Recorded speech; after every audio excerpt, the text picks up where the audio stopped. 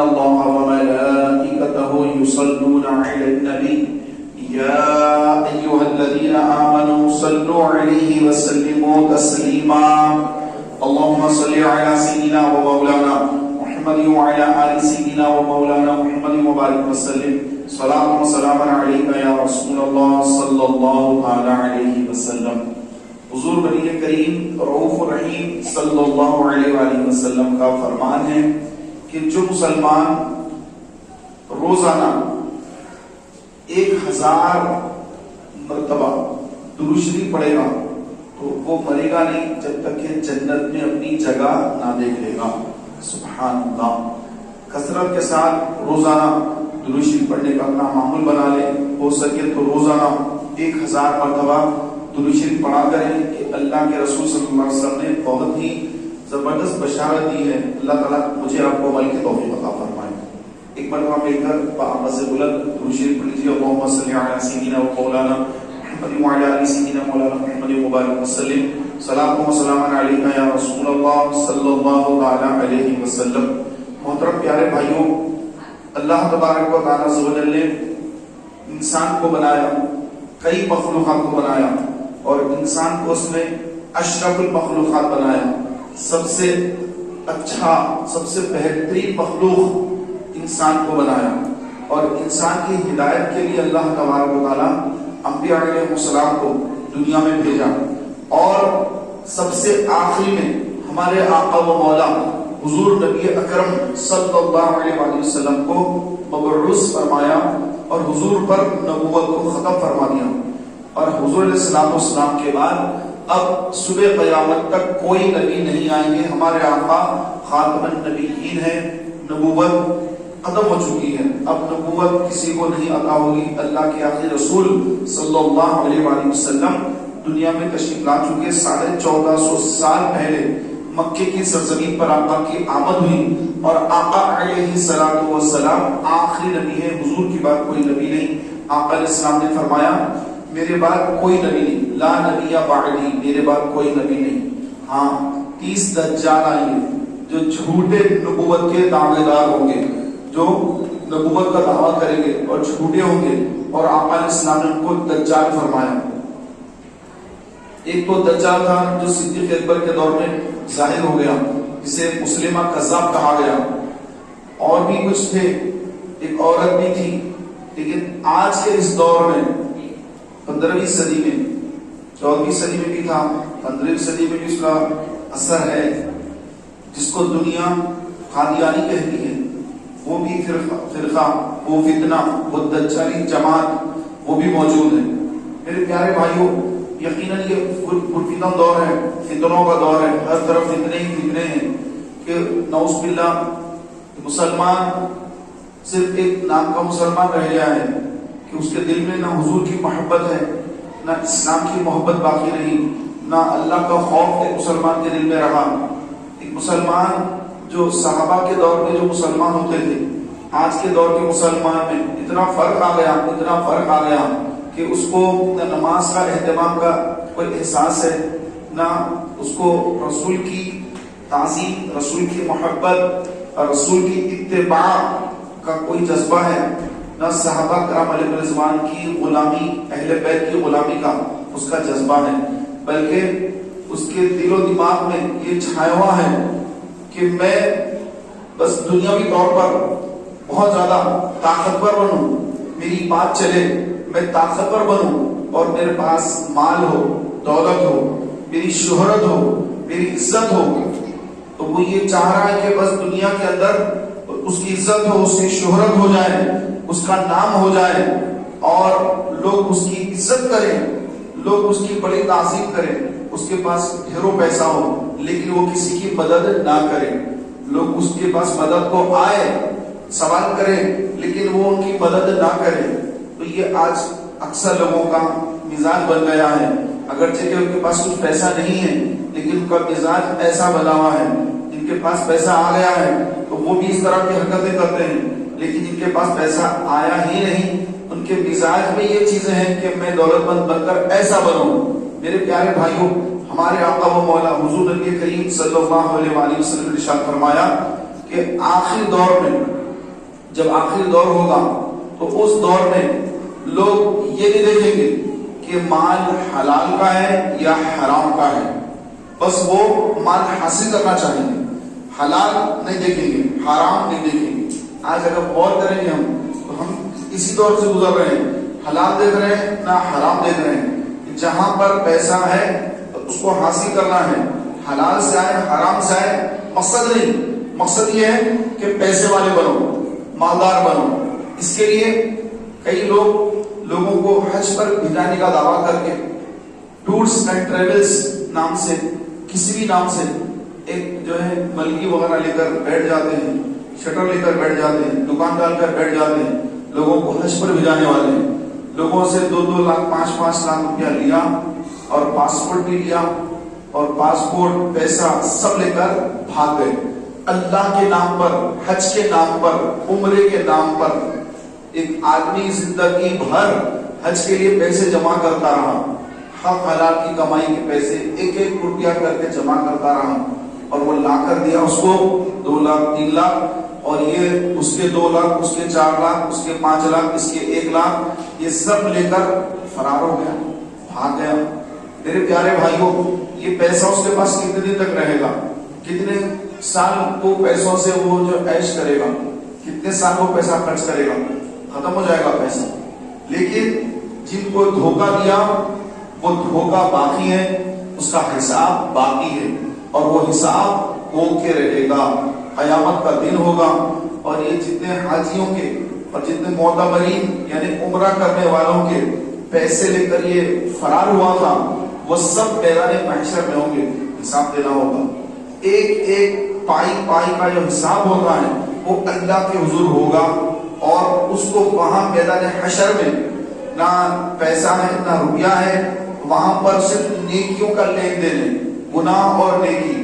کہ یہاں جو آج پیسہ ہڑپ رہے ہیں، لوگوں کا حرام مال کھا رہے ہیں، اس کے بدلے میں کل نیکیاں دینی ہوگی۔ اگر کمائی ہو تو نیکیاں، دنیا میں کمائی تو وہ نیکیاں دینی پڑے گی۔ تو نیکی کمانے کا تو ذہن ہے ہی نہیں، اور نیکی قبول ہوتی کب ہے؟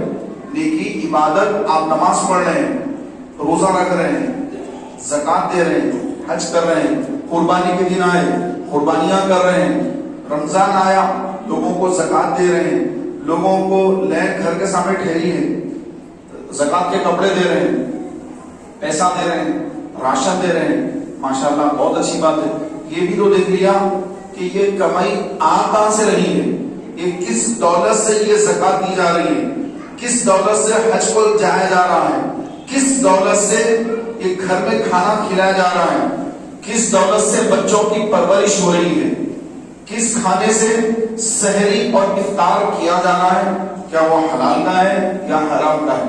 یاد رکھیے آقا علیہ السلام کا فرمان ہے، جو حرام مال کھاتا ہے، حرام مال یعنی جو قطعی حرام ہے، جیسے سود کا مال ہے، چوری کا مال ہے، لوگوں کو ڈبا کر کھا گیا، جو حرام مال ہے، حرام مال جب وہ کھاتا ہے تو حدیث پاک میں ہے کہ جب تک اس کے پیٹ میں وہ مال رہے گا، اگر اس حالت میں اگر اس کی موت واقع ہو گئی، اگر مر گیا تو سیدھے داخل جہنم کر دیا جائے گا۔ کیا مراد؟ قبر میں جانے کے بعد قبر جہنم کا گڑھا بنے گی، قبر میں جہنم کی کھڑکی کھلے گی، میدان محشر میں حساب و کتاب کے بعد جہنم میں جو جانا ہے وہ قیامت کا دن ہے۔ لیکن مرنے کے بعد جو قبر میں پہنچنا انسان، تو جو جنت یا دوزخ کا جو تصور دیا گیا وہ یہی ہے کہ اس کی قبر میں یا جنت کی کھڑکی کھلے گی یا جہنم کی کھڑکی کھلے گی۔ جنت یا جہنم دونوں کی کھڑکیوں میں سے ایک کھڑکی ضرور قبر میں کھلے گی، یا جنت کی کھلے گی یا جہنم کی۔ جنت کی کھلے گی تو قبر جنت کا باغ ہے، جہنم کی کھلے گی تو قبر جہنم کا گڑھا ہے۔ میرے پیارے بھائیوں، یہ جو حرام کمائی انسان کما کر کھا رہا ہے، حدیث پاک میں ہے کہ ایک لقمہ حرام کا کھائے گا، ایک لقمہ یعنی ایک نیوالا حرام کا کھائے گا تو فرمایا 40 دن تک نہ اس کا فرض قبول ہوگا، نہ اس کا نفل قبول ہوگا، نہ اس کی دعا قبول ہوگی۔ نہ فرض نہ نفل نہ دعا. 40 دن تک اس کی کوئی عبادت قبول نہیں ہوگی. چاہے وہ سردیوں میں آ کے نماز پڑھے, گرمی تپتی دھوپ میں آ کے نماز پڑھے, بارشوں میں آ کے نماز پڑھے, 40 دن تک اس کی کوئی نماز قبول نہیں ہوگی اگر اس کے پیٹ میں حرام کا ایک لقمہ ہوگا. تو جو روزانہ ہی حرام کا کھا رہا ہے, اس کی کمائی ہی حرام کی ہے, تو 40 دن تو بڑھتے چلے جائیں گے نا, 40 دن تو بڑھتے چلے جا رہے ہیں. تو حرام کی کمی تو رک نہیں رہی ہے, حرام کی کمی آ رہی ہے اور اسی کو کھا کر یہ عبادتیں کر رہا ہے, تو پھر اس کی کوئی نماز قبول ہی نہیں ہے, نہ اس کا روزہ قبول ہے, نہ اس کی تلاوت قبول ہے, نہ اس کی زکات قبول ہے. اگر وہ حج پر گیا تو اس کا نہ حج قبول ہے, نہ عمرے کو گیا تو اس کا عمرہ قبول ہے, نہ اس کی کوئی نیکی قبول ہے, نہ صدقہ نہ خیرات. آپ علیہ السلام نے فرمایا کہ اللہ تعالیٰ پاک ہے, اللہ تعالیٰ پاک ہے اور پاک مال اسی کو قبول کرتا ہے, ناپاک مال کو اللہ قبول نہیں فرماتا. جو حرام سے لوگ پیسہ کما رہے ہیں وہ ناپاک ہے, اور وہ ناپاک مال سے آدمی اپنے آپ کو کھلا رہا ہے, خود کھا رہا ہے, گھر والوں کو کھلا رہا ہے, اہل و عیال کو کھلا رہا ہے. اور فرمایا کہ جو ناپاک مال سے جو خون جو گوشت بنا, انسان کھانا کھاتا ہے اس کے جسم میں خون آتا ہے, گوشت آتا ہے, یہ خون آنا, یہ گوشت آنا, جسم میں توانائی آنا, یہ قوت آنا, یہ جو ہم کھانا کھا رہے ہیں, روٹی کھا رہے ہیں, کھانا کھا رہے ہیں, تو اس سے جو گوشت بن رہا, خون بن رہا ہے. تو آقا علیہ السلام نے اس کے بارے میں فرمایا کہ جو حرام مال سے جو گوشت اور خون بنا اور بڑا ہوا وہ اس لائق ہے کہ جہنم کی آگ میں جلے, وہ آگ میں جلے گا پہلے. جو حرام مال سے جو خون بنا, جو گوشت بنا, وہ پہلے جہنم کی آگ میں جلے گا, تو اس کے جسم کا سارا گوشت جلے گا, سارا خون جلے گا جہنم کی آگ میں. اور جب اس کی مدت ختم ہوگی عذاب کی, پھر اس کو جہنم سے نکالا جائے گا. اگر مسلمان مرا تو یہ ہے, اس کو نکالا جائے گا اور نکال کر اس کی ہڈیوں پر دوبارہ گوشت چڑھایا جائے گا, پھر اس کو خون دیا جائے گا جو اللہ کی طرف سے ہوگا, جو پاک ہوگا, خون بھی پاک ہوگا, وہ گوشت بھی پاک ہوگا, کیونکہ اس کو پاک جگہ اب جنت میں جانا ہے. تو جب جنت میں جانا ہوگا تو جنت میں جانے کے لیے یہ گندے ماں سے پلا اور بڑا ہوا گوشت اور خون کو پاک کیا جائے گا جہنم کی آگ میں. جیسے بھٹی میں لوہے کو ڈالتے ہیں, اس میں اوپر کا کچرا جلاتے ہیں, لوہے کو جو سرما وغیرہ لگ جاتا ہے بھٹی میں ڈال کر اس کو آگ میں جلا کر اس کو صاف کیا جاتا ہے, لال لال کیا جاتا ہے لوہے کو. پہلے کچھ بنانا اگر اس کو پہلے یہ کیا جاتا ہے. کبھی آپ لوہار کے پاس دیکھیں کہ کیسے لوہار جو ہے وہ آگ میں لوہے کو ڈال کر میل کچھ کو صاف کرتا ہے, اس کے بعد پھر اس کو ایک شکل دیتا ہے, پھر وہ اس کی ایک قیمت ہوتی ہے, اس سے پھر اس کی قیمت نہیں ہوتی. تو میرے پیارے بھائیوں, جنت میں جانے کے لیے بھی ایک قیمت چاہیے کہ وہ ہے پاک خون, پاک گوشت, کہ جو ہم کھا پی رہے ہیں وہ ہماری کمائی حلال کی ہو تاکہ ہمیں ایک پاک مقام پر جانے میں آسانی ہو. اگر ہم نے اسپیڈ بریکر لگا لیا یہاں پر تو پھر اس کا خمیازہ تو بھگتنا پڑے گا.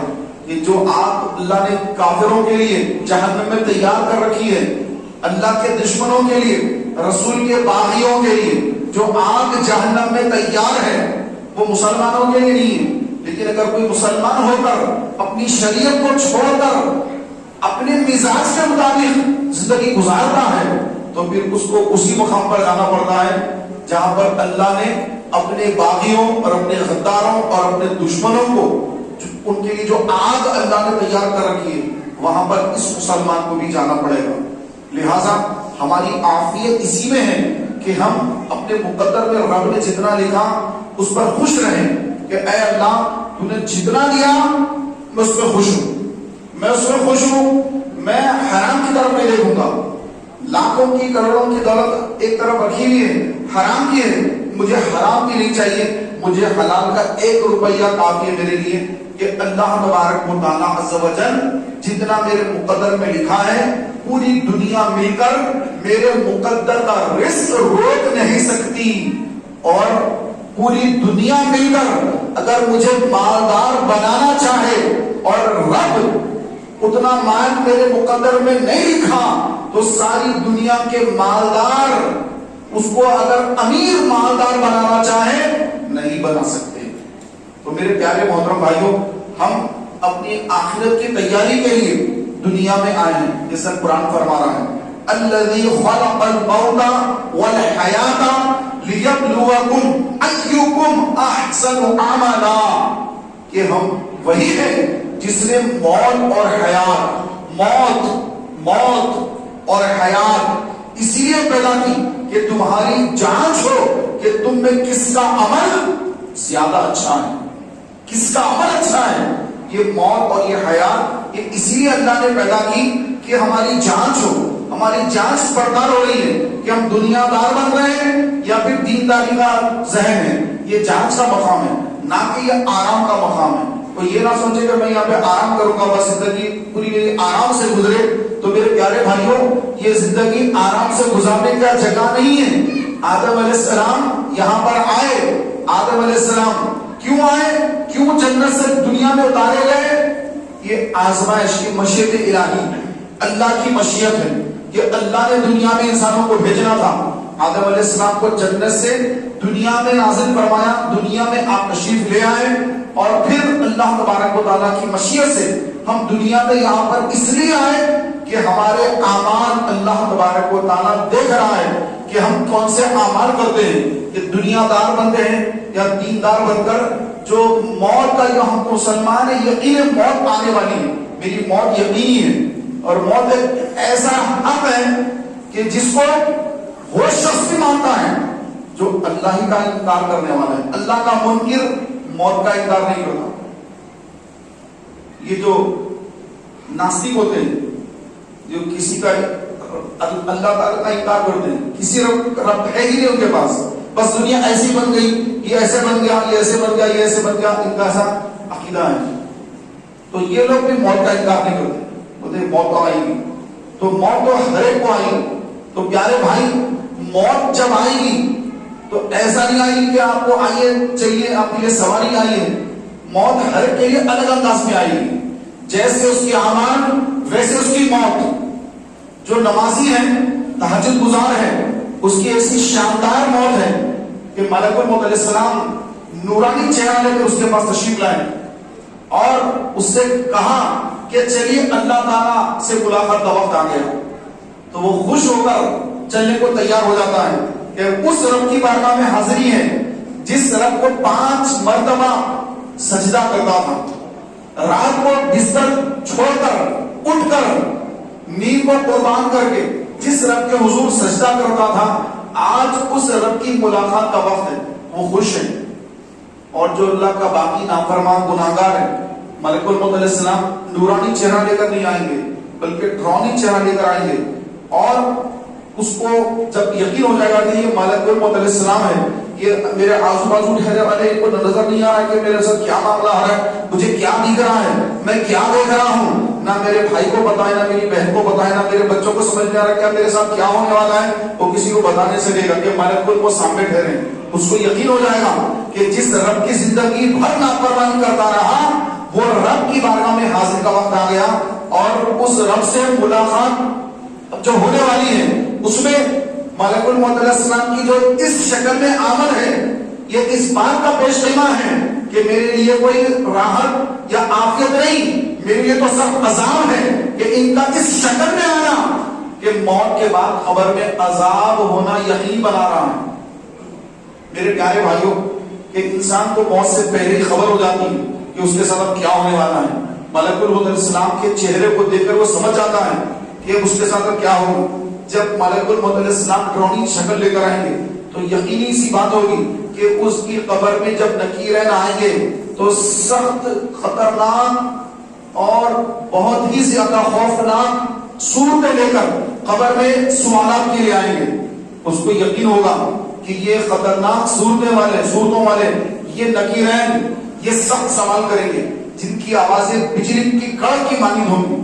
اور جو نیک متقی پرہیزگار ہیں جس کے پاس روح قبض کرنے کے لیے ملک الموت علیہ السلام نورانی چہرہ لے کر آئے ہیں، اس کو یقین ہوگا کہ میرے ساتھ قبر میں بھی رحمتوں کا معاملہ ہوگا. تو نکیرن آئیں گے تو اتنا ڈراؤنی چہرہ لے کر نہیں آئیں گے، بلکہ نرمی کا معاملہ فرمائیں گے اور سہل انداز سوالات کریں گے، آسانی سے سوالات ہوں گے اس کے کہ تمہارا رب کون ہے، تمہارا دین کیا ہے، تمہارا دین کیا ہے، اور تم ان کے بارے میں کیا کہتے تھے، حضور کا چہرہ بتا کر پوچھیں گے، کوئی سختی نہیں کریں گے، ان کے ساتھ کوئی سخت معاملہ نہیں ہوگا، بڑا آرام دہ معاملہ ہوگا. جیسے احادیث میں لکھا گیا ہے کہ رمضان میں جو مرتا ہے یا جمعہ کے دن جو مرتا ہے تو وہ قبر کے فتنے سے بچ گیا. کیا مطلب؟ سوالات تو سب سے ہوں گے، ہر انسان سے سوال ہوگا، لیکن جمعہ کے دن یا ماہ رمضان میں جو مسلمان مرتا ہے، کافر نہیں، بدعقیدہ نہیں، منافق نہیں، مسلمان، جو مسلمان ماہ رمضان یا جمعہ میں مرتا ہے تو نکیریں جب اس کے پاس آتے ہیں تو سوالات اس سے بھی کرتے ہیں، لیکن بڑی نرمی کے ساتھ، بڑی آسانی کے ساتھ. وہ آسانی سے اپنے سوالات کے جواب دے کر وہ سکون میں پرسکون ہو جاتا ہے کہ میرے ساتھ معاملہ بڑا آرام کا ہے، بڑا سکون کا معاملہ ہے میرے ساتھ، کیونکہ میں نے دنیا میں یہاں کی تیاری کر رکھی تھی کہ مجھے یاد تھا کہ ایک دن مجھے یہاں آنا ہے، جہاں میرا نہ بھائی ہے، نہ میری بہن ہے، نہ میرا بیٹا ہوگا، اس مقام پر مجھے آنا تھا. میں نے اس کی تیاری دنیا میں کر لی تھی. دنیا کی رنگینیوں میں رہتے ہوئے فجر میں اٹھتا تھا، ظہر میں آتا تھا، عصر مغرب عشاء میں آتا تھا، حرام مال دیکھ کر چھوڑتا تھا کہ مجھے نہیں چاہیے. یہ قبر کی تیاری، یہاں کی تیاری، زندگی بھر میں نے اس مقام کی تیاری کی تھی. آج اس مقام پر پہنچا ہوں تو کیوں نہ میرا رب آج میری مدد فرمائے. میرے پیارے بھائیوں، وہاں جانے کے بعد کوئی تیاری نہیں کر سکتا ہے. میں نے اب میں سب دیکھ لیا، اب میں ریٹرن جا رہا ہوں دنیا میں، اب میں صحیح عمل کر کے آؤں گا، ایسا نہیں چلنے والا ہے، ایسا کچھ ہونے والا نہیں ہے. اگر ایسا ہوتا تو سارے کافر پلٹ کے ریٹرن آتے تھے کہ یا ہمیں نہیں معلوم تھا، ہم کافر تھے، اب ہم مسلمان بن کے زندگی بھر اب نمازیں پڑھیں گے، داڑھی لمبی رکھ لیں گے، بس ہم دیندار بن کے رہیں گے. اب وہ کچھ ہونے والا نہیں ہوگا. تو میرے پیارے محترم بھائیوں، ایک مسلمان اگر آپ کو کوئی کہے ارے بیوقوف، آپ بولیں گے بیوقوف کہہ رہا ہے، مارنے آ جائیں گے. مجھے بیوقوف کہا؟ تو بیوقوف، تیرا باپ بیوقوف، تیرا خاندان بیوقوف. آپ غصے میں آ جائیں گے، بیوقوف کہا مجھے، ماروں گا اس کو. لیکن ہمارے اعمال غور کریں کہ جو ہمارے اعمال جو ہم کر رہے ہیں یہ کتنے دنوں تک کے لیے کر رہے ہیں. مرنے کے بعد قبر کے لیے کون سے اعمال ہیں؟ جہاں پر قبر میں ہزاروں سال رہنا ہے، کسی کو نہیں معلوم کتنے سال رہنا ہے. آپ کی وہاں کی تیاری کیا ہے؟ اللہ ہے. ارے اللہ آج نہیں ہے، اللہ تو ہے. آپ نہیں رہیں گے، اللہ رہے گا. آپ نہیں تھے، اللہ تھا. اللہ ہے. ارے اللہ تو ہمیشہ سے، اللہ کبھی نہیں ہے. آپ کی کیا تیاری ہے؟ آپ کی کیا تیاری ہے؟ چہرے پہ آپ کی کوئی داڑھی نہیں ہے. قبر کی تیاری یہ ہوتی ہے، چہرے پہ داڑھی نہیں. اللہ ہے. سر پر امامہ نہیں، کوئی نماز کی پابندی نہیں. قرآن پڑھنا نہیں آتا. قرآن پڑھنا آتا ہے؟ کسی قاری کے سامنے بیٹھ کر صرف بسم اللہ الرحمن الرحیم پڑھ دیں. 19 حروف میں 19 غلطیاں. سیکھا ہی نہیں. اسکول جانا ہے، ارے اسکول بڑے اسکول جائیں گے. میں اسکول کا مخالف نہیں. میرے پیارے بھائیوں، اپنی قبر کی تیاری کرنا، اپنی موت کی تیاری کرنا کہ موت کا جب فرشتہ آ جائے اس وقت کہیں بھاگ نہیں سکتے، کہیں فرار نہیں ہو سکتے.